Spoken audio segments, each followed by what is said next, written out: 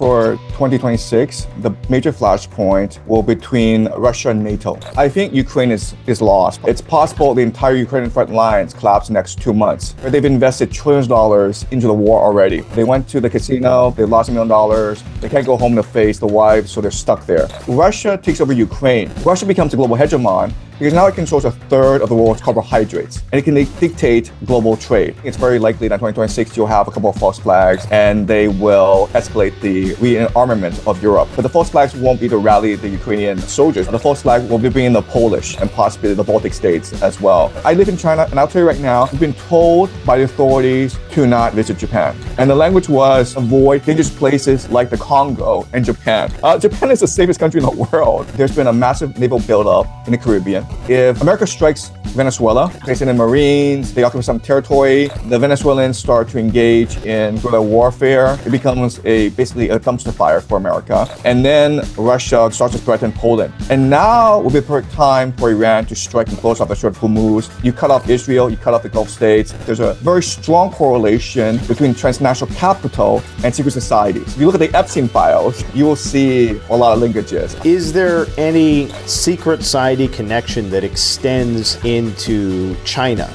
So, World War III is already happening. This is a house of cards, and it is in the process of collapsing right now. You're going to see an economic crash, the likes of which we've never seen. Hi folks, Canadian Prepper here, back once again with Professor Jiang over at the Predictive History YouTube channel, a new internet phenom in the geopolitical space here on YouTube. And I was just talking about how you're dealing with the newfound fame of YouTube. And the one thing I like about you is that you're very humble about it. And I can't see this, you of all people, I can't see it going to your head. Yeah, I mean, I have 3 kids, and that keeps me preoccupied. And they don't think I'm famous. And they still want me to feed them, take them to a park, tell them bedtime stories. So that's what my focus is. Man, those are going to be some pretty smart kids. So you've been doing all kinds of videos on different history, you don't just deal with, war and geopolitics. You go into history, and the thing I like about your model is you try to extrapolate what's happened in the past to the future. So I'm hoping today we can talk a little bit about your predictions for 2026, and also what's your current assessment of the geopolitical environment? Because since we last spoke, I think it was a few months ago, there's been some changes. The war in Ukraine is still going on.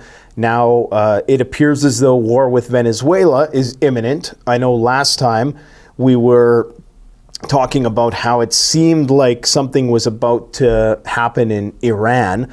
That hasn't materialized yet. There still seems to be a sense in Iran that something could, potentially arise in the not too distant future. They are on a high state of alert.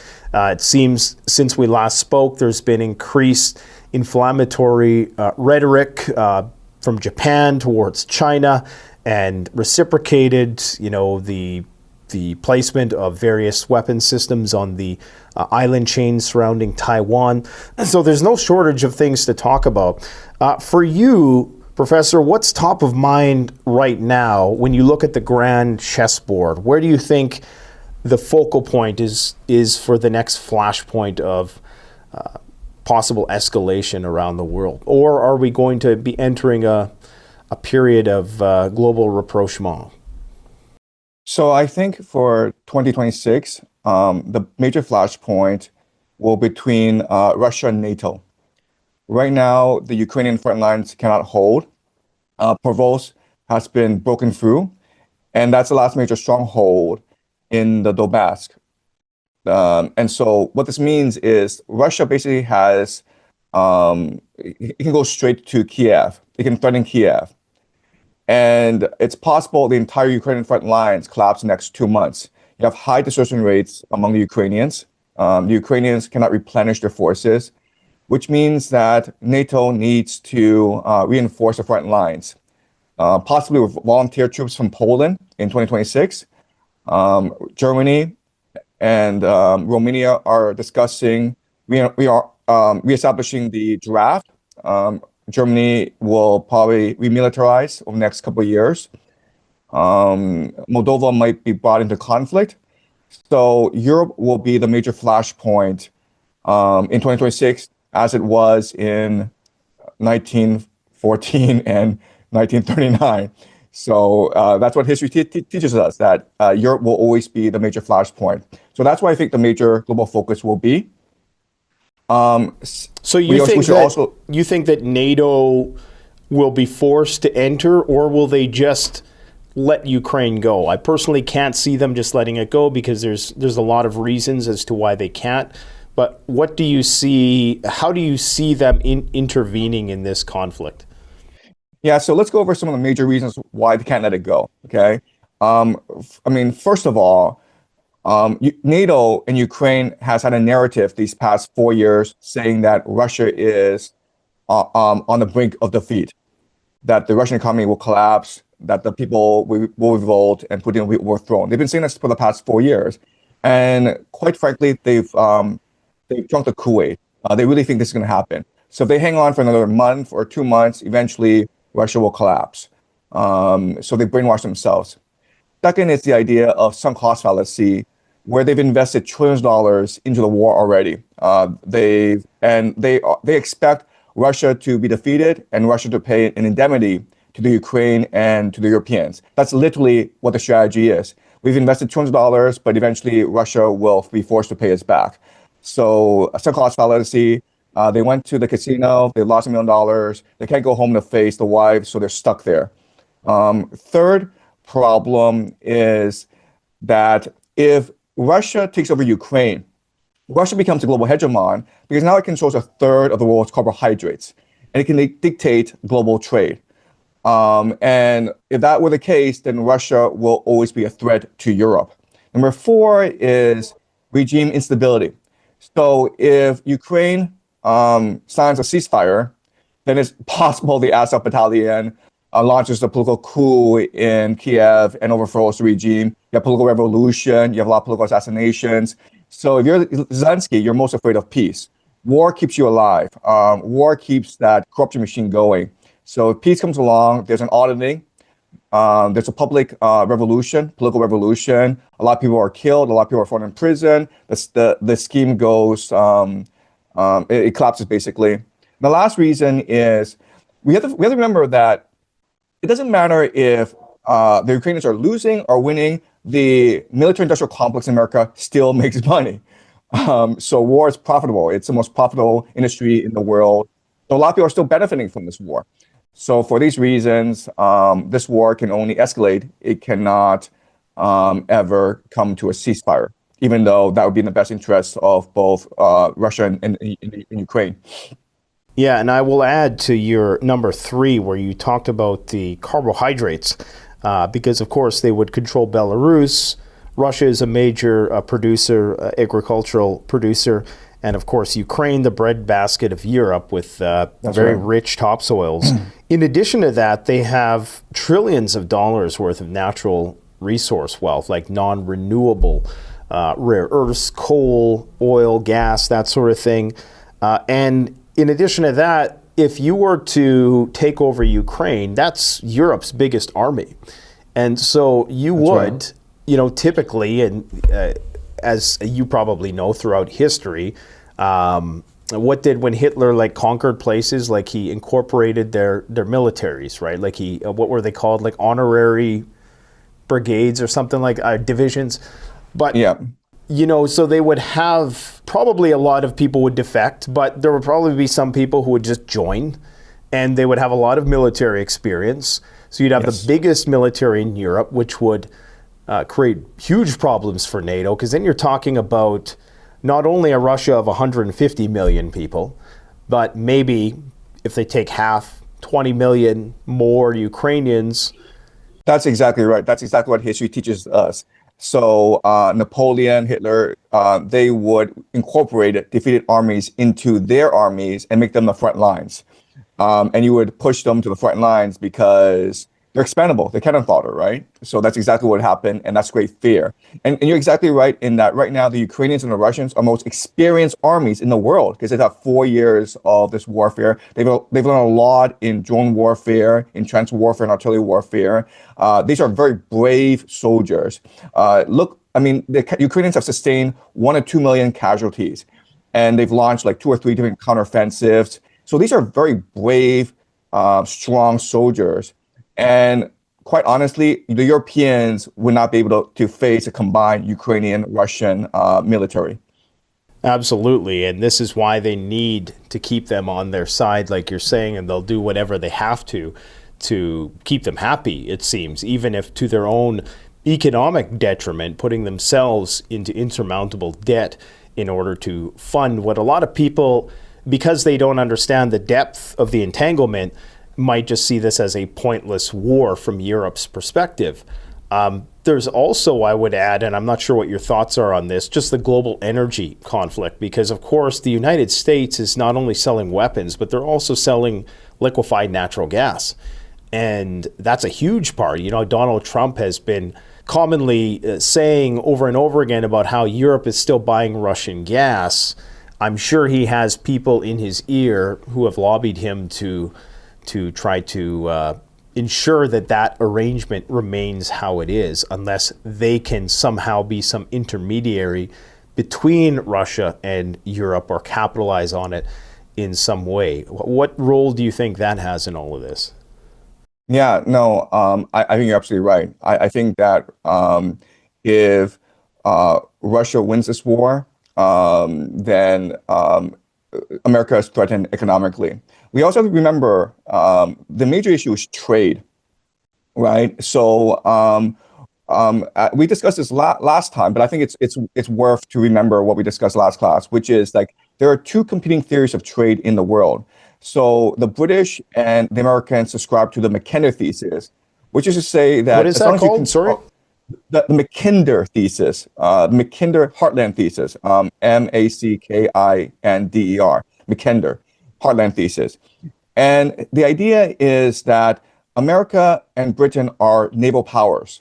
And so as long as there's conflict in the Eurasian heartland, America and Britain can control global trade, especially energy, because the sea is just the safest way to get oil from one place to the other. But let's just say that there's peace now in the Eurasian continent because Russia has become the hegemon, and Iran and China are brought into Russia's orbit. Well, now you can negate American naval power. You don't have to trade through the sea. You can just build railways throughout the Eurasian continent, and so Africa, Europe, Asia would all be unified in an economic bloc. And this would bankrupt both the Americans and the British. And that's absolutely the worst case scenario for the American empire, because not only do they depend on energy to sustain their hegemony, but they also depend on control of the seaways. Interesting, very interesting. Yeah, I recall that. I just didn't recall the name of it. So you suspect then that in 2026, possibly soon, that the Ukrainian front lines will start to crumble. I know they still have to get through Kramatorsk, which is a fairly large urban center in the Donbass, and I think there's another one as well, which the Ukrainians, I think they're still pretty well established there. Do you suspect, because I've heard that they're now projecting that it would take Russia at least till the end of 2026 to capture all of the Donbass.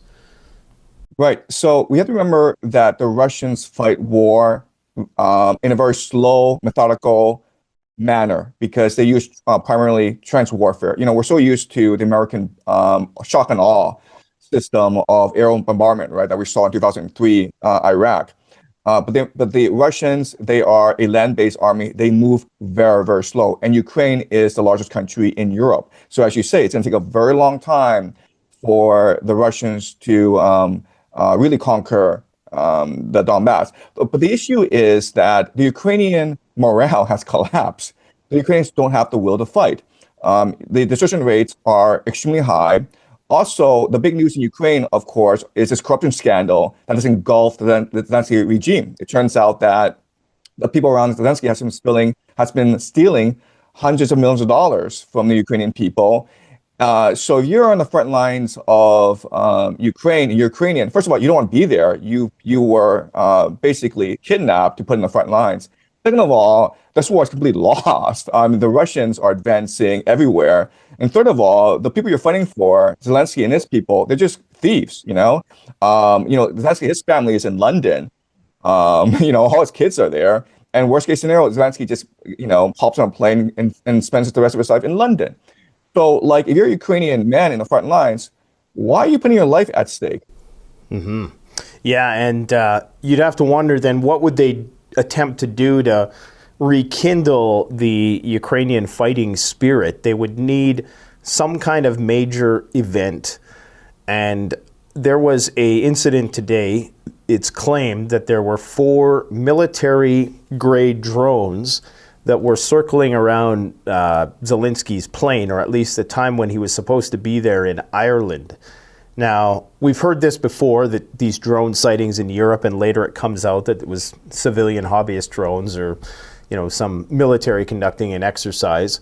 But I almost wonder if they're not planning to do something that could potentially, be like a false flag or something to reinvigorate things. Because like you're saying, with all this corruption stuff, and you're sitting there on the front lines, you've been forced, even the guys who are pointing the guns at you to make sure that you don't turn around and retreat, they got to be asking themselves, like, how long are they going to perceive this as a war worth fighting unless there's some catalyst event that brings things back? Have you had any thoughts about what they might do to try to, fan the flames? Yeah, so I think Ukraine is lost. Project Ukraine is lost. Zelensky is expendable. The problem, though, is who do you bring in to replace him? Because no one's going to take over him, because if Zelensky is assassinated, the next person in place will also probably get assassinated. So even though Zelensky is expendable, right now there's no one to replace him. So you don't think Zaluzhny, Valery Zaluzhny, that's who they're talking about, the former AFU commander. Right. So I don't know who he is. I don't know much. Well, much he's about his background. He's the former commander of the. He was the guy who was exiled, not really exiled, but he went and took a post in England. He was the head of the Ukrainian forces for the first 3 years. Yeah. Yeah, and he and Zelensky had a falling out. But then let me ask you this: what would he do different from Zelensky? I'm not sure. I mean, maybe it's more of a popularity play. Maybe it's more of he would be more well received by the people, because a lot of people perceive Zelensky to be illegitimate because he's overextended his stay and imposed martial law and hasn't had elections. And he's also a bit of a liability because he knows so much, So this is why I'm think maybe they would just get rid of him, and that would be Europe's casus belli to rally for more war. I don't know.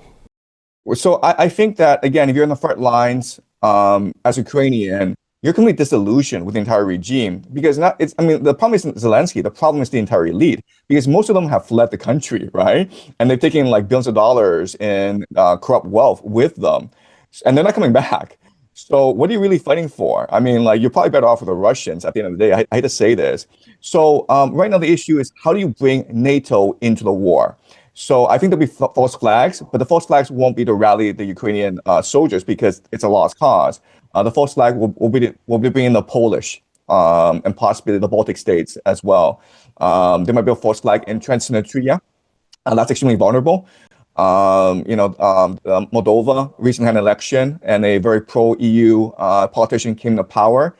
And so we can expect a lot of conflict between Moldova and Russia in 2026. So I think there are lots of flashpoints throughout Europe, but I think it's very likely that in 2026 you'll have a couple of false flags, and they will escalate the rearmament of Europe, especially Germany. And so you think that the Polish population, obviously we know they've been militarizing over the past couple of years throughout this entire process, purchasing large amounts of weapons and just getting on a general war footing, putting up signs, near the border with Ukraine, military vehicle signs and things of that nature. Or how would they sell that to their populations? Look, during World War II, the Germans and the Russians had something called the Ribbentrop-Molotov Pact, where the two countries decided to split Poland up. And after they did so, they massacred thousands and thousands of Polish nobility, Polish officers. And this is embedded in the memory of Polish citizens. They are afraid of Russia. They see Russia as an existential threat. The Polish have been the most enthusiastic supporters of Ukraine. In fact, you can argue that Russian Ukraine, it's really Polish. Culturally, linguistically, historically, it's really part of Poland. So Poland has this historical grudge against Russia, and they know that if Ukraine falls, Poland's probably next. So and that's why Poland may call volunteers to reinforce the front lines in 2026. They're already calling for 500,000 volunteers in Poland to reinforce Ukraine, and so I think that'll probably be the first wave. The U.S. involvement in this NATO intervention, then.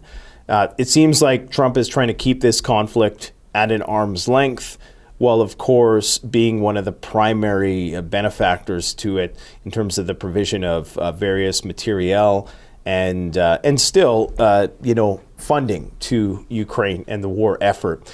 How do you think the U.S.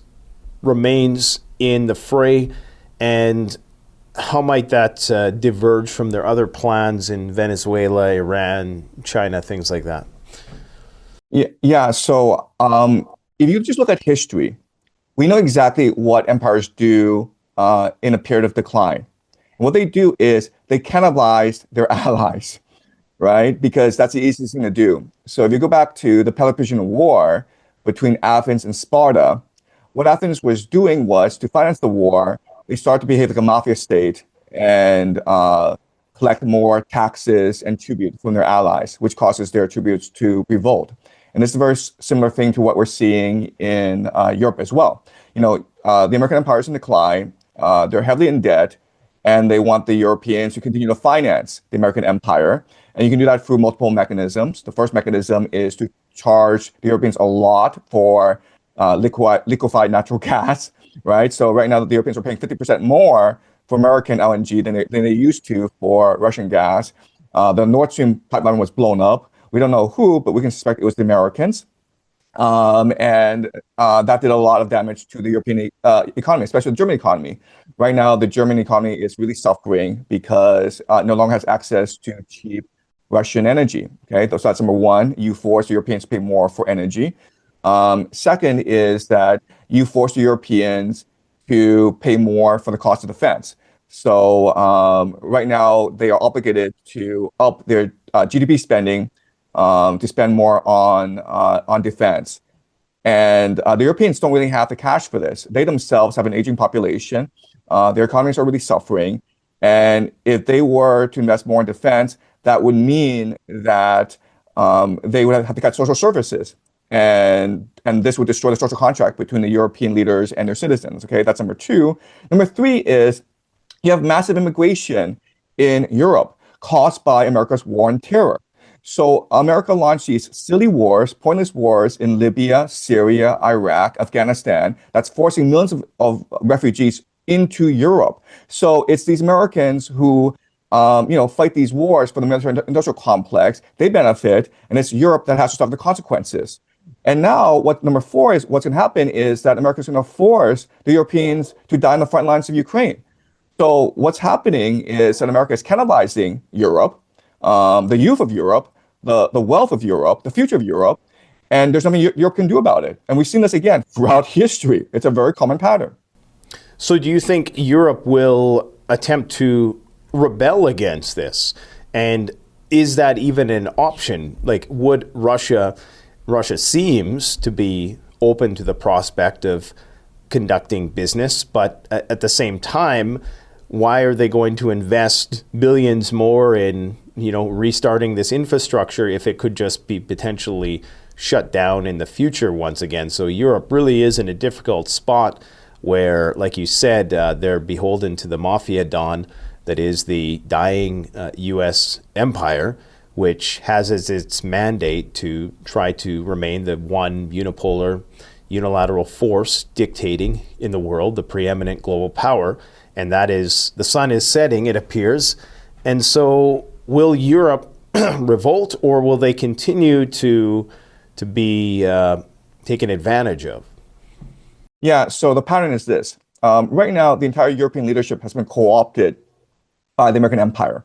They owe their jobs to the American empire. They themselves are not very popular in their countries, right? So you look at Starmer in Britain, Macron in France, Merz in There's not in one Germany. popular leader in Europe. They're not popular. They're not popular. So they're beholden to the American empire. If they were to go against the American empire, they'd be gone because they're expendable. They're not popular. What's going to happen is Europe is going to sleepwalk into war in Ukraine. It'll be mission creep. It might be volunteers and special forces to start off with, but eventually they'll introduce a draft. And as this war drags on, Europeans will lose more and more war, which will instigate a political revolution in Europe. You have civil war, you have political tumult, the regimes throughout Europe will be overthrown, and these new regimes will be much more amenable to Russia.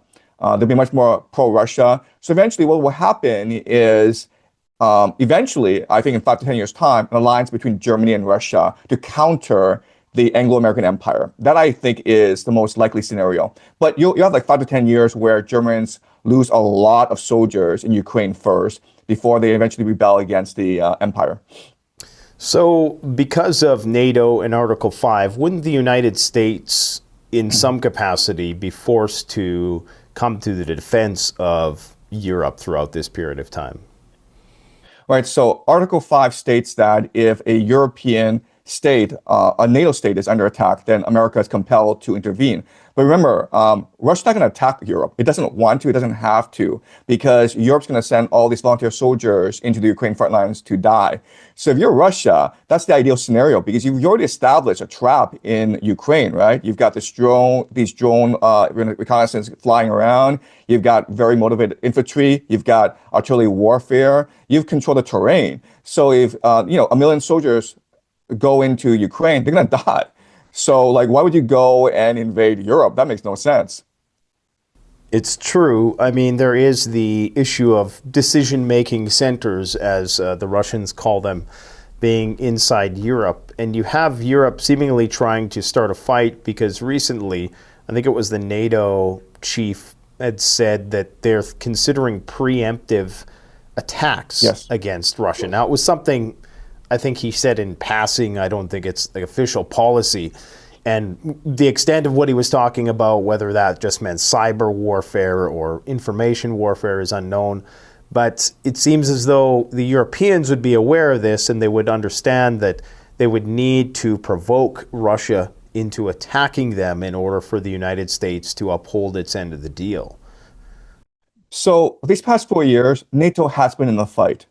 So it's NATO targeting, NATO reconnaissance, NATO intelligence, NATO weaponry, NATO intelligence, NATO special forces. You look at the Kursk offensive. It's definitely NATO command and control, right? It's NATO that planned the offensive, that instigated the offensive. And there were a lot of NATO special forces in the Kursk offensive. And so NATO has done everything possible to provoke Russia into a wider conflict. And Putin and Russia have shown tremendous restraint.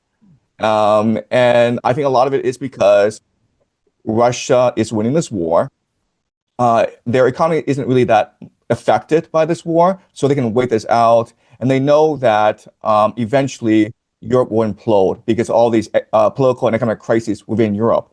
So Russia has shown tremendous restraint, and I think they will continue to do so. But Europe is losing patience because time is on Russia's side. Interesting. So moving to what's happening in the Southern Command area, as they call it in the United States, what's your take on Venezuela? I think you were talking with Danny Haiphong earlier, and you were deliberating what could possibly be the reasons for the United States posturing in the way that it is towards Venezuela. When you zoom out, what is your understanding of why they're doing this?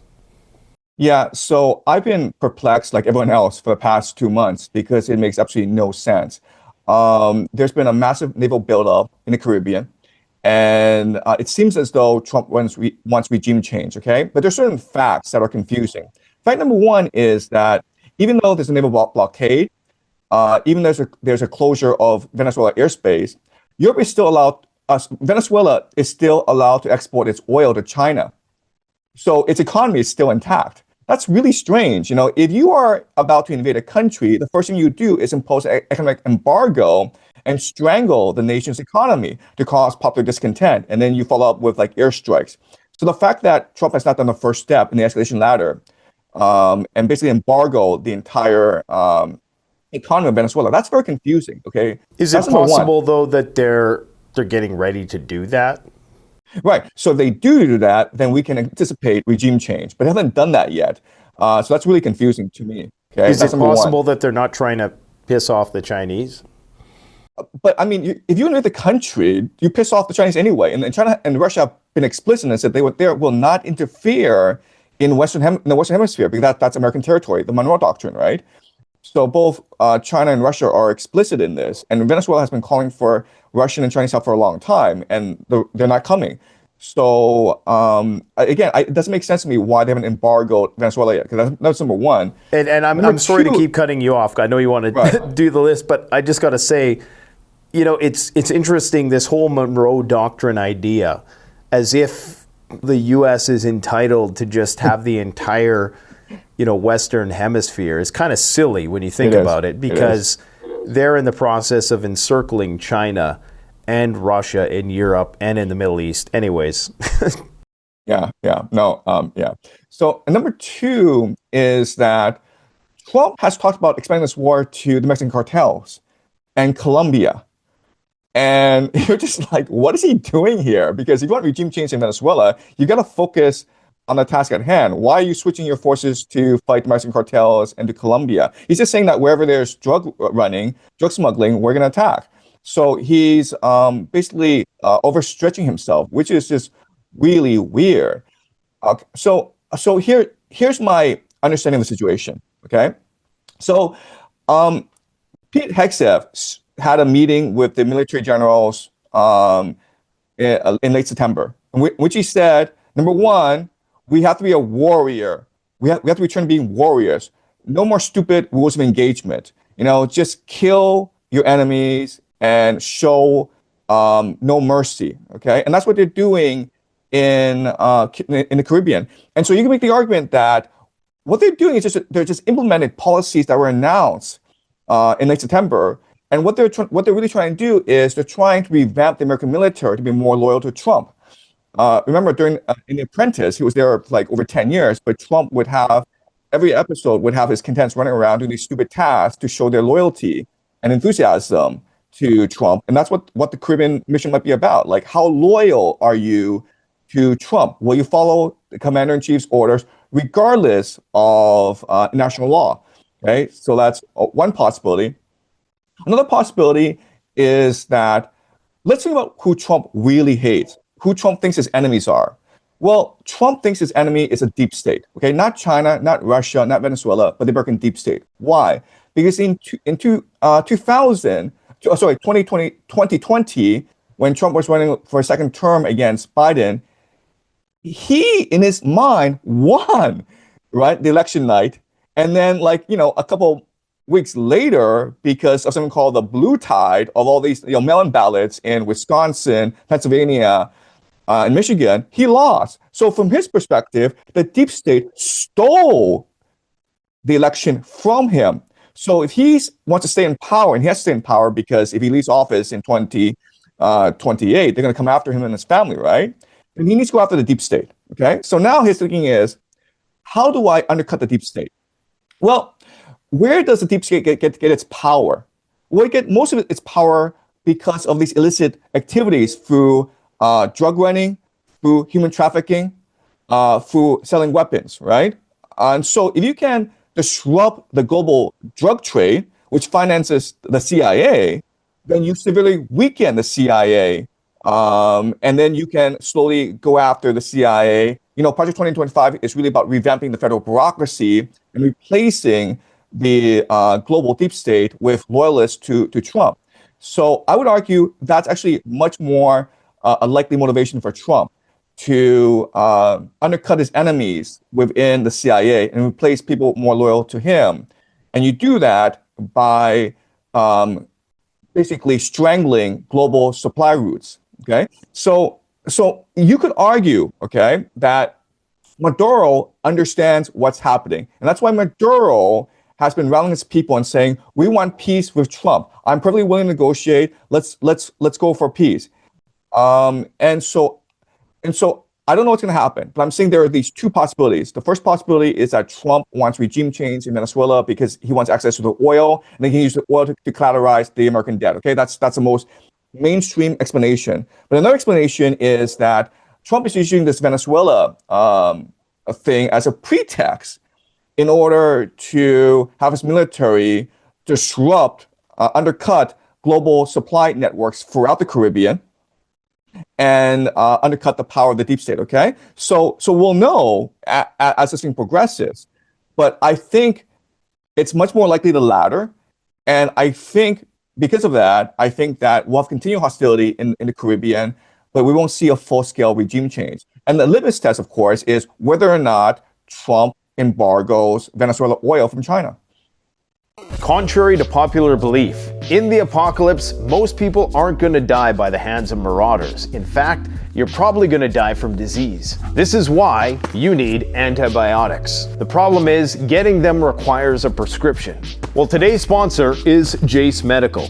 They've created a revolutionary service that allows you to get prescription medications like antibiotics with relative ease, hassle-free. This will be worth more than gold in an emergency for somebody who needs them. So do yourself a favor and take your prepping to the next level while you still can. Check out the link in the description below. And now, back to the video.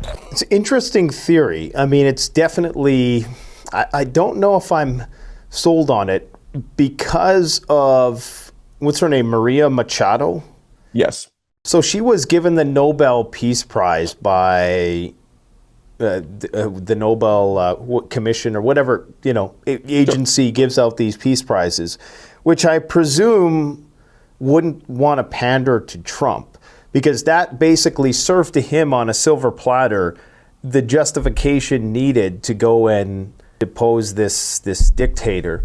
So I don't know. It seems like if they didn't, it seems like something is like that they're a part of it, that the deep state wants Venezuela, as opposed to, I get what you're saying though, like, because some of these CIA ties, they run really deep and one hand doesn't know what the other's doing. And obviously Venezuela isn't the biggest hub for drug trafficking, but it's a potential gateway, as you're saying, into these other areas that perhaps are.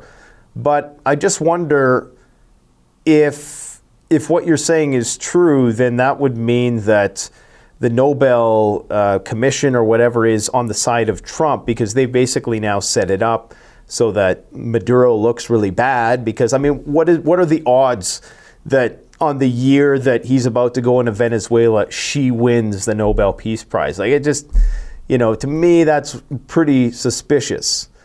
Right. So I think Trump's greatest trick is his intentions are never clear. He seems like a bumbling buffoon. But if he's a bumbling buffoon, how is he able to win the presidency twice? Okay. So I think that depending on your faction, you're able to perceive Trump in a way that benefits you, right? So Rubio is both national security advisor as well as Secretary of State, and he wants regime change in Venezuela. He's very explicit about that. So you can perceive the Trump regime in a way that convinces you that Trump is committed to regime change. Okay, and that's his greatest trick. He is a cipher. He looks different to different people. Yeah, well, we know that, the neocons definitely want it for their own reasons. I mean, what about the play of I know China gets quite a bit of oil from there. They get like 1 million barrels a day or Yes. something. Yeah, about. And that's 80% of Venezuela's exports, by the way. So China is Venezuela's main customer. China is keeping Venezuela alive, yes. Right. And we know that there was that whole thing with the Panama Canal recently where they wanted to basically make sure that China didn't control that. So is this just a part of a bigger play to try to weaken China? Right. So in 2026, I think the big surprise will be a major rapprochement between the United States and China. There's 4 meetings scheduled between Trump and Xi in 2026.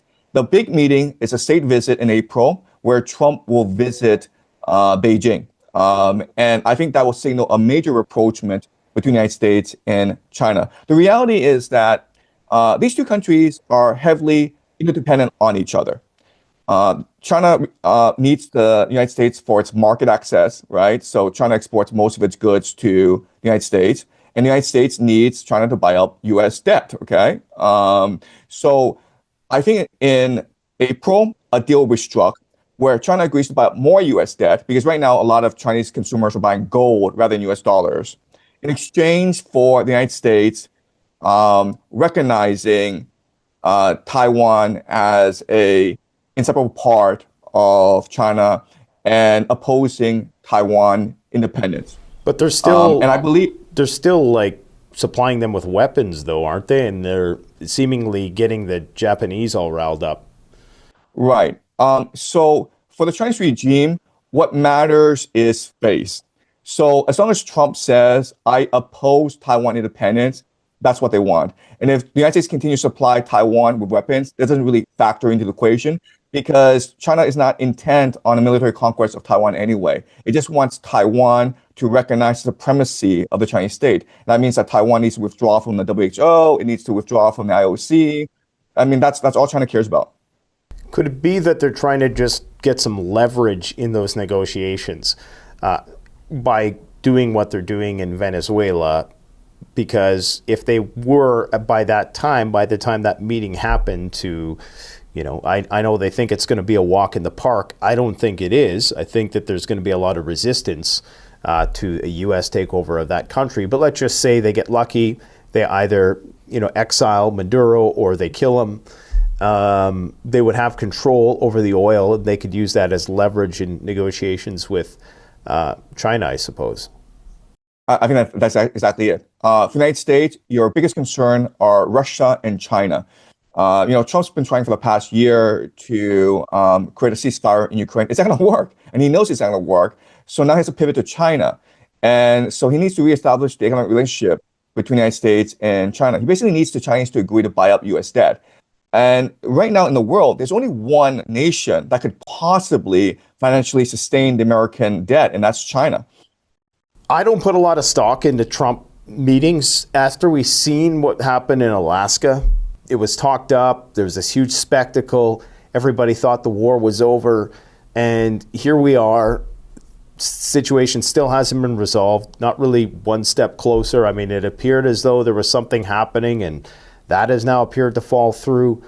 How do we know that they're not just both playing a shell game? Because at the end of the day, there still is a containment strategy around China, and the Chinese are not naive to what's going on. They wrote the book of The Art of War, so we can't take at face value that they are not making extensive preparations to militarily, confront whatever form the adversary might present itself.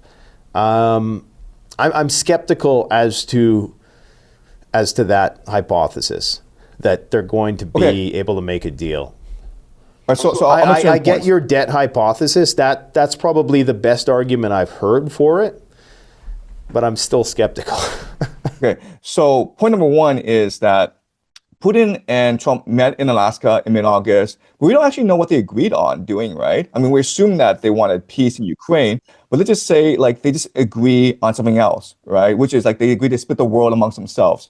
So Trump takes the Western Hemisphere. He's allowed to do whatever he wants in Venezuela, Cuba, Nicaragua. and Putin is allowed to do whatever he wants in Europe.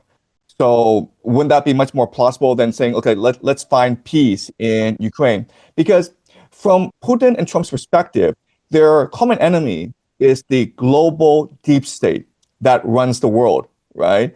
And the global deep state, you can also think of it as transnational capital. And the point of transnational capital is that it degrades a nation's sovereignty. It basically steals a nation's resources and then transfers it to these money laundering centers in London, in Paris, Hong Kong, Dubai, New York. So if you're Putin and you want to create a strong Russia, then your great enemy is transnational capital. If you're Trump, you also think that transnational capital is your enemy.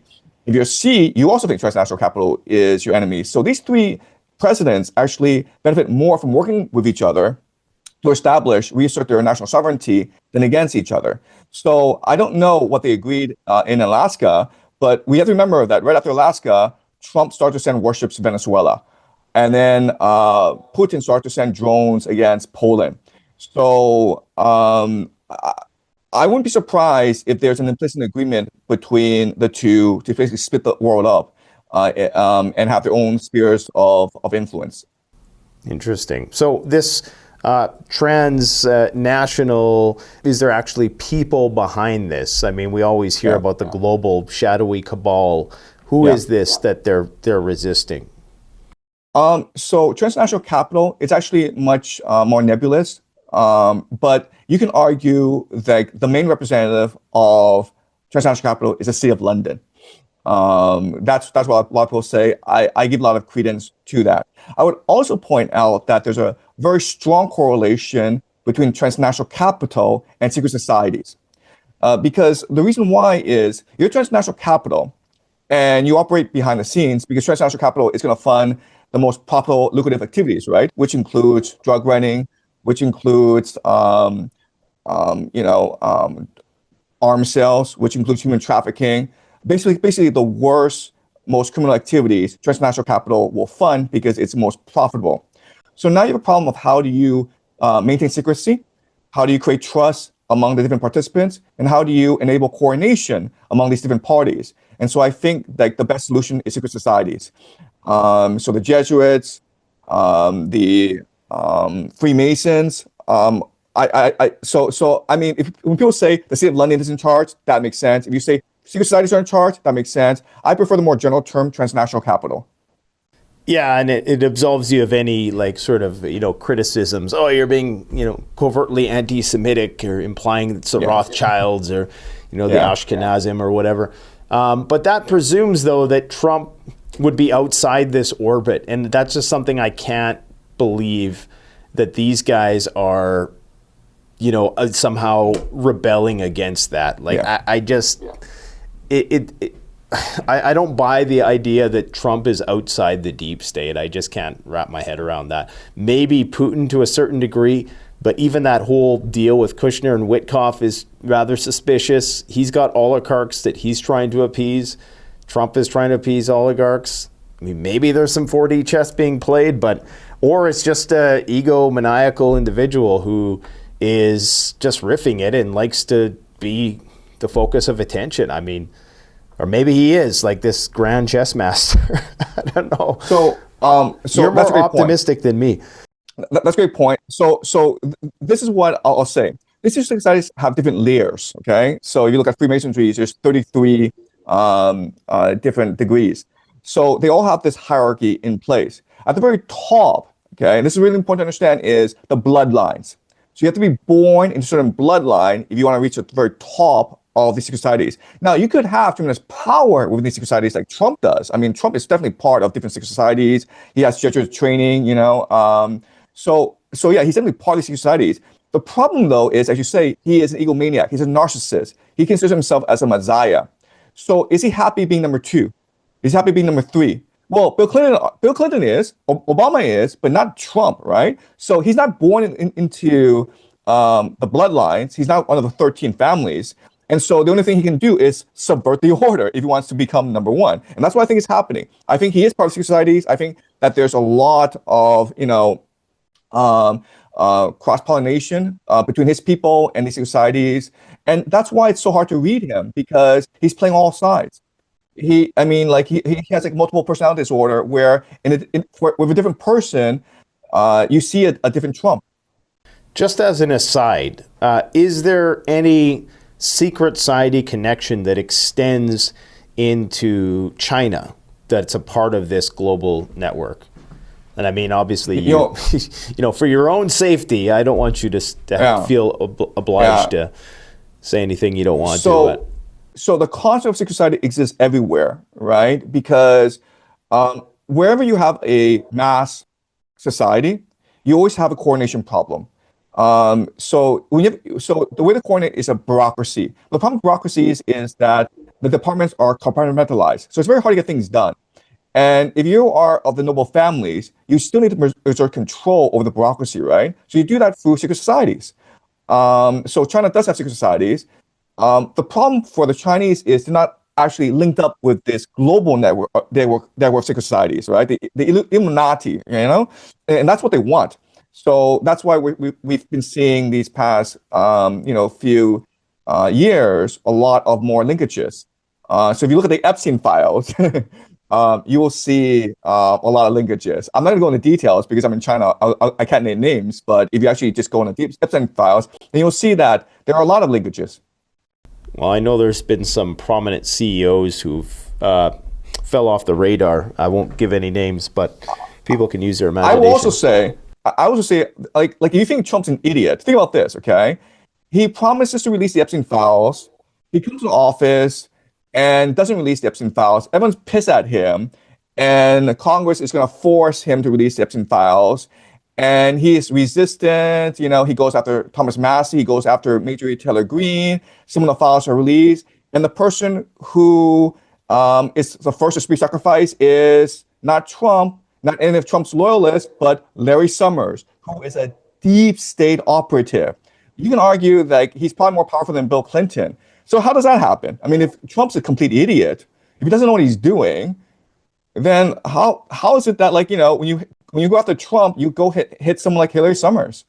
And it's possible, you know, that John Podesta, Bill Clinton, Barack Obama, they're all next. Interesting. Very interesting perspective. Now, last time we talked, moving to the Middle East, you had said that you thought that things in Iran were going to flare up. It seems to be pretty quiet there right now, although the Iranians are still incredibly vigilant. What do you think the reason is for the delay? And do you still stand by your prediction that you feel that things are going to escalate in that theater as well? Okay, so my understanding of the situation is that if you're Israel, you actually don't want to go to war against Iran because you will lose this war. You want the United States to go to war against Iran. And so you need to maneuver Trump into declaring war against Iran. And so, but now Trump is distracted in Venezuela and he's distracted elsewhere as well.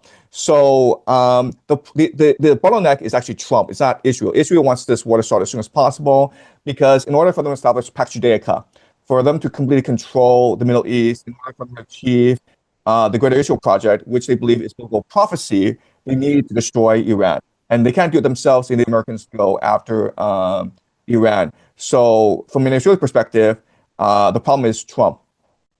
From an Iranian perspective, you know that ultimately your enemy is not Israel.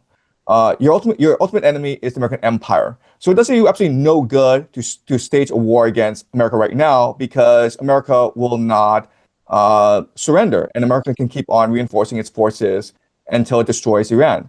So what Iran needs to do is coordinate with Russia so that perhaps when Russia is ready to go against Odessa and NATO is off balance, the American empire is forced to reinforce Odessa. Let's just say that America is now also fighting wars in Venezuela, in Cuba, in Nicaragua. Now is your time to strike because the American empire is off balance. So it's really a question of timing, right? You know you're going to go to war against America eventually because America needs to control the Strait of Hormuz. It wants the oil reserves of Iran. By destroying Iran, it screws over both China and Russia. So eventually you know America's going to come, but you want to time in a way that America is most vulnerable when it's off balance so that you can strike that killer punch. So you think that You think Iran is going to go on the initiative? I think so. I think if they close off the Strait of Hormuz, it will compel an American invasion. That is Iran's trump card. So it seems like we could see a coordination then. You're saying, if correct me if I'm wrong, Venezuela, they take the bait, the Americans take the bait in Venezuela, and this could be what Russia and Iran are hoping for, that they go for them to kind of take attention away. Exactly. And then Russia makes a move, and then concurrently you have the Iranians make a move. That's right. So yeah, so the game is this. If America strikes Venezuela, it's now pot committed. And it's going to be mission creep. So they strike Venezuela, they send in Marines, they occupy some territory. The Venezuelans start to engage in guerrilla warfare. Cuba, Nicaragua reinforces the Venezuelans. The entire South America turns against the Americans. The Americans are now forced to send more troops into South America. It becomes basically a dumpster fire for America. And then Russia goes offensive and starts to threaten Poland. Now the Europeans are forced to go against the Russians. The Russians have nuclear weapons, so there's very little you can do. It'll be a war of attrition. And now will be the perfect time for Iran to strike and close off the Strait of Hormuz. Because when you do that, you cut off Israel, you cut off the Gulf states, you basically start to force America to be overextended. It seems like Iran is, at least with their axis of resistance, as it's called, were very reluctant to muster all their forces and bring them to bear when arguably they were in the best situation to do so, when they were at their strongest. So you suspect that they will close off the Strait of Hormuz, and that will be the offensive maneuver they take, or will there be a more direct kinetic attack against Israel? So Iran doesn't want to provoke Israel because Israel has nuclear weapons, and Israel has something called the exceptional option. Okay, Israel will use nuclear weapons. Of all the countries in the world, the country that is most likely to use nuclear weapons in the conflict is Israel, because it has the most to lose and it is most fanatical about preserving its integrity. So Iran doesn't really see Israel as the ultimate enemy. It sees America as the ultimate enemy. So it does Iran no good to provoke a fight with Israel. Iran wants to draw America into a war. And you do that by closing off the Strait of Hormuz. Do you think Iran will pursue nuclear weapons? Will any nation help them with that? And I guess 3 questions. What will the Chinese role be in assisting them? Will they assist them like they did Pakistan, or will it just be Iran on its own? So Iran is the Persian Empire. It goes back a long, long time, like at least 3,000 years. And it considers itself as the center of world civilization, of human civilization. It's extremely proud. It's extremely resilient. So it doesn't want Russian troops and Chinese troops in Iran, because like after the war's over, how do you get rid of those soldiers, right? You don't want to become a vassal state to Russia and China. Okay, that's number one. Number two is nuclear weapons does you no good in a war against America, because let's just say that you go all in and you try to produce as many nuclear weapons as possible. You're going to produce what, 10, 100? America has thousands. America will always have escalation dominance in a war. And so and also America's invading you. You're not invading America. So if nuclear weapons are used, you just shoot yourself in the foot, right? I mean, why would you use nuclear weapons? Well, I guess the idea would be that they could hold Israel for ransom. If they had nuclear weapons and the Americans used their nuclear weapons against Iran, they probably wouldn't have the ICBMs to reach the U.S., but they could potentially hit Israel. I guess that would be the idea. Yeah, but the Iranians know the Americans don't really care that much about Israel. Okay, I mean, we're on the assumption that Israel controls America, and I don't know that that's true. I think that historically Israel has always been a pawn piece in the game of empires, and so again, the Iranians, their main enemy is America.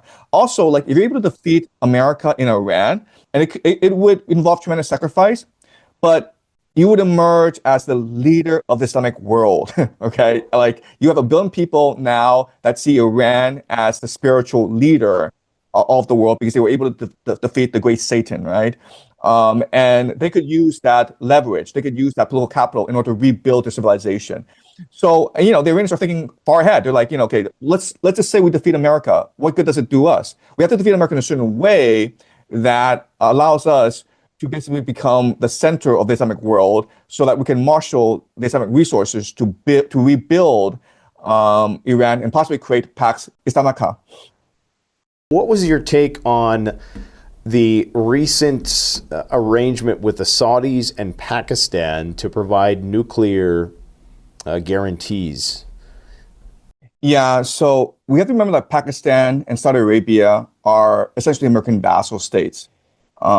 So the concern is that if America launches an invasion against Iran, how would Iran respond? Well, they'll obviously go after Saudi Arabia because Saudi Arabia is most vulnerable. Remember, Saudi Arabia is a desert. It's basically oil fields, right? So the entire Saudi Arabian economy is hostage to Iranian ballistic strikes, okay? So Iranians could wipe out the entire Saudi Arabian economy within like 24 hours. So that's a great fear. So how do you neuter the Iranian threat against Saudi Arabia? Well, what you can do is have Saudi Arabia sign an agreement with Pakistan so that if Iran attacks Saudi Arabia, Pakistan will be compelled to come to the defense of Iran. And Pakistan has nuclear weapons. So now you can justify the use of nuclear weapons, right? It doesn't necessarily have to be Pakistan that fires nuclear weapons. It could be the United States. But now you can justify using nuclear weapons. So I think that was the basic strategy behind that deal. Okay. Now, if the Chinese are selling aircraft to Pakistan, though, isn't that a bit of a, doesn't that put Pakistan a bit of a conflict of interest? Because it seems as though that would, China would be giving them, some of their fighter jets, and Pakistan would be providing these guarantees against Iran, who's an ally to China. Yeah, I mean, geopolitics is very complicated. Yes, Pakistan is an ally with China. In fact, Pakistan is probably the strongest ally of China in the South Asia region. So right? are they more of an ally with China than the United States? Because you're saying they're also a vassal of the United States. Yeah, so I mean, the elites have no loyalty except to themselves, right? They're always playing a double game. So we see the world in terms of nation states, but we should actually see the world in terms of, this transnational elite that are always trying to figure out deals amongst themselves. But we also have to remember that there's also conflict within this transnational elite as well. So yeah, there are different factions within Pakistan, and they will want different outcomes as well. So geopolitics, it's very complicated, but we have to remember it's elites that control these nation states, and elites have absolutely no loyalty except to themselves, and they will change their minds all the time. Well, I think that's a good point because, there might be like 60% support for the U.S. and 40%, very similar to what happened in Ukraine in 2014, where the population was divided with respect to, which way they wanted to go. So we tend to see these as monoliths and they're just one way or the other. But like you're saying, Pakistan was one of those enigmas where they're kind of one way or the other. So, everyone else is pretty easy to figure out. I mean, India, it seems as though they're starting to cozy up to Russia and BRICS a lot more as well. Do you have any thoughts on how they fit into the global calculus of this?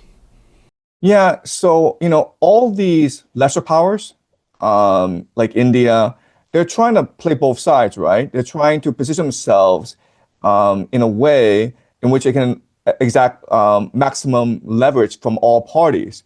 Because if you think about it, these great powers, they're trying to amass as many allies as possible, right? So if they're trying to do that, then you're trying to exact as much leverage as possible in response. Okay. And let's just, I guess, conclude with your thoughts on the Indo-Pacific and how things are developing in your neck of the woods there with this issue between Japan and China. I don't know much about it. I know obviously you guys have a long history. Right. And there's a lot of bad blood there. You have North Korea, whose finger is always on the trigger. You have South Korea. I think they were talking about getting nukes or something like that. I can't remember, getting like nuclear guarantees. Japan arming the island chains, Taiwan continuously arming. What is your thoughts on all of that tension in that region? Right. So one of the undersecretaries for defense in the United States is Aldrich Colby. And before the election of Donald Trump, he was very explicit. He basically said that, listen, Russia's not our enemy, China is our enemy. So we need to pivot to East Asia. Okay, that's always been the belief of Aldrich Colby. He comes into office, and right now he is promoting an idea that, you know what, we need to focus on defense priorities. And he has a paper called National Defense Priorities, in which he argues, like, we need to focus more on the Western Hemisphere and let's leave East Asia to China. Okay, so that may become the official stance of the Americans. But America, it's an empire. It does not let go of power easily. So if you are thinking to yourself, I'm going to move away from East Asia, how do you maintain your hegemony in East Asia? Well, you do it by creating divide and rule, by supporting Japan in its conflict with China. And now that you have these two nations at each other, the America, can stay as the peace broker, the middleman, right? And that's the best case scenario, because guess who the two biggest debt holders of American treasuries are? It's China and Japan, right? So you want to maintain your presence in East Asia, but you don't want to invest too much. So as you are leaving in East Asia, you support the remilitarization of Japan as a counter to China. And that's why we're seeing these sort of like aggressive comments from the new Japanese prime minister. And you know what? I live in China, and I'll tell you right now, the Chinese response has been extremely, extremely aggressive. So I work in a school, and we've been told by the authorities to not visit Japan. And the language was, when, New Year's is coming up, winter vacation is coming up. And so please listen to the foreign ministry and avoid dangerous places like the Congo and Japan, right? The Congo and Japan. Japan is the safest country in the world. So yeah, and like that's a very nice diplomatic way of saying, if you visit Japan, you spend money in Japan, you will be blacklisted in China. So we've seen, yeah, I mean, it's pretty serious. And this is a long-term trend because, as you point out, there is a lot of historical animosity between China and Japan. And so who benefits from this? The United States benefits from this, right? Because now Japan needs American military technology in order to remilitarize. And so it needs to continue to buy up U.S. treasuries. And China now needs America as a counterweight against the aggression of Japan. Remember, okay, I know this is most people won't believe this, but in terms of naval power in East Asia, the dominant naval power is actually Japan. Air Force, America is number one. Land, China. Okay, but in terms of maritime power, it's Japan, because Japan has absolutely no choice in the matter. It has no resources. It's an island chain. It needs to be able to exert itself across the seas if it is to survive as a nation. So as America retreats, Japan has no choice but to continue to build up its naval supremacy. Very, very interesting. And it seems like Japan, time is not on its side. It's at a demographic crossroads where the average age is 50. The bond yields are rising. It appears as though the country is in insurmountable amounts of debt. And one way to kind of rally your population, or whatever able-bodied males under 50 remain to fight a war, would be to create this problem, which didn't exist. Well, it always existed, I suppose. It was always latent, but it was, kind of put to bed for the sake of, global commerce. Do you think that demographics plays a role here, and just the Japanese economy imploding? Yeah. So look, if you just look at it from an objective economic perspective, Japan's in a lot of trouble. As you say, Japan is one of the world's most rapidly aging populations.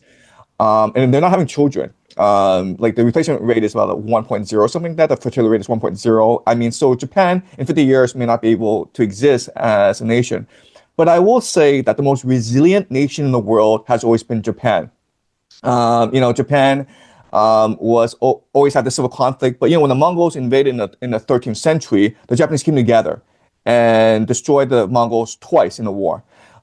You go back to the 19th century when Europe was basically cutting China up into spheres of influence. Japan came together as a nation, underwent the Meiji Restoration and industrialized itself in like 30, 40 years, in a generation.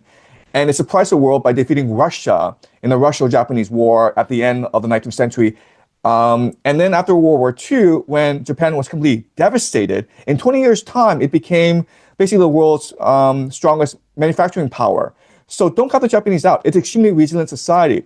So I will say this. I will say that the nation that figures out the aging crisis will win the great game. Okay? And in the West, you have the baby boomers in power and they're not dying. And so I would say the West is in a lot of trouble. But the Japanese have this tradition where if they need people to make the sacrifice, they will do so. So, I mean, like, I hate to say this, but it's possible Japan introduces a policy of euthanasia and everyone over 80 is like, I've had 80 years of my life. I've had a good time. Go into the forest with a samurai sword. Exactly. Just think of the number of ways that Japanese have for suicide. They have like so many different ways of killing themselves. It's just really weird. No other nation, no other society does that. So I would not count the Japanese out. I think the Japanese are much more energetic, much more cohesive society than people appreciate. And if Japan feels under threat by the Chinese, then we'll come together as a society and make the necessary sacrifices in order to thrive as a nation. Yeah, and I mean, they do have one of the longest longevities as well, which has to be factored in, which is a testament to that. So that's a very, very interesting perspective. One last question for you, and it's on the topic of artificial intelligence. Who do you think gets to artificial superintelligence first, China or the USA? Okay, all right. Just be honest. I think it's a complete scam. I think artificial intelligence is a complete scam. If you actually look at the technology underlying AI, it's not that impressive. It's all just mass computing, right? So what allows for AI is just these data centers that soak up an entire community's electricity and fresh water. So it's extremely expensive. And these AI companies like OpenAI, they don't know how to monetize. OpenAI loses money for every subscriber. It has like $13 billion in revenue this year, like $13 billion in revenue this year, not profit, revenue. And it loses like, hundreds of billions of dollars. It's asking for $1.4 trillion in order to scale out, to build data center infrastructure. So it's a complete scam. But don't you think, like a neuroscientists might say, well, if we take the reductionist view, the human brain isn't really that impressive either. I mean, it's its own version of ones and zeros. It's various, biochemical switches and stuff like that. Like, I mean, is China investing immense amounts of money into AI? China is investing a lot of money into AI. It's invested a lot of money into EVs, into electric batteries, because it's looking for this technological moonshot, right? China is facing a lot of headwinds. It's also facing a demographic crisis. Its economy is out of trouble. So it's looking for a moonshot that will save the Chinese economy and propel China into the global hegemon. But this technological moonshot doesn't exist. We've reached a limit. Interesting. So yeah, I don't know. I mean, it seems to be progressing at such a rate. I just can't see them investing so much in something that would be all for naught. Like at the rate that it's progressed since ChatGPT was first unveiled is just really astonishing. Like if we were to project that exponentially forward, if that growth continues, I mean, we tend to see it linearly. Some people think there's never going to be a transcendent FOOM type moment where the recursive learning really takes off. I just can't see them investing. I mean, maybe it is just massive groupthink, and China's doing it because the US is doing it, and everybody's scared. That's why they're doing it, even though it's never going to amount to anything. But I don't know, man. I think it could be a super weapon. So one litmus test is how AI fares next couple of years. So the prediction is that AI will become less effective over the next 2 years. So let me explain the reason why. How AI works is it basically scrapes all information from the internet, and then it processes information and relays it in a way that is pleasing to the human eye. Okay, it's basically trying to fool you into believe that it is sentient when it's not. Okay, but the trick is that it needs good, clean data in order to keep on pulling off this trick. The problem is like they've reached the limit of all AI, of all internet data. And in fact, what's happening is a lot of these new training models, they're using data created by AI itself. So it's almost as though the AI is eating itself now, and which means that the quality of data is decreasing. And so the big prediction, the big litmus test as to whether AI can be fully sentient is in the next 2 years, the quality of ChatGPT increases or decreases. The prediction is it decreases. The prediction is that when you start talking more with the ChatGPT, the answers will be less and less relevant and be more and more confusing. Another thing I will say is that Sam Altman has said that he wants to turn ChatGPT into like sex ChatGPT. Right? You saw that, right? Yeah. That's kind of silly. Right? And it's just a way of saying, like, we don't know how to monetize this. We don't know how far we can take this technology. And we need to make as much money as possible because we want to go and do an IPO and we want to be a $1 trillion company. Yeah, I mean, everything probably ultimately ends at that point. So you're saying there's going to be a diminishing return and that the Moore's law of this will cease in a relatively short order. Yeah, I mean, ChatGPT AI, it will just degrade over time. And so like the big question is like, no one's figured out how to make money off this. AI makes really cool videos. But like, what does that do for you? I mean, like, how does it actually improve the economy? But what we'll probably see, okay, is that even though AI doesn't improve, we will see millions of job layoffs, okay? We'll see these white-collar jobs, like, accountants, bureaucrats, administrators being replaced by AI. So that's one major consequence of AI. AI won't improve the economy, but it will definitely reduce number of jobs. It will cause massive unemployment. Interesting hypothesis. Yeah, I mean, I guess the way that it acquires more data and it doesn't go crazy recursively, just going back onto itself. And I've heard the argument that the inaccuracies are amplified over time because it continuously quotes itself and misquotes. These are things that I think will be probably corrected. But I guess at some point, you're probably going to see. Yeah, it's a very. There's so many unknowns. Yeah, so there's a solution to this problem, which is if AI is able to leap into the real world. Right. So that's what I was going to say. To have sensors like through robotics, like Tesla takes in information through its cars. It would need some interface with the real world. That's right. So, I mean, the big thing is microchips inside your body. If they're able to do that, if they're able to have microchips inside your body and they're able to create a digital ID and digital currency system, that may solve the problem of data. Right. But like, you want to live in a world where, there's microchips in your body and like. Well, they'll sell it to people, right? Like they'll say it's going to make you smarter. If you could have like Wikipedia in your brain at all times and you just, you want an answer to something, you think it, and then you can say it. A lot of people would go for that. I personally wouldn't. I think we'll be the last generation that doesn't, but somebody's going for that Neuralink. Yeah. That is the play. to basically force everyone to be microchipped, to be, part of the matrix. And then they can just shut you off.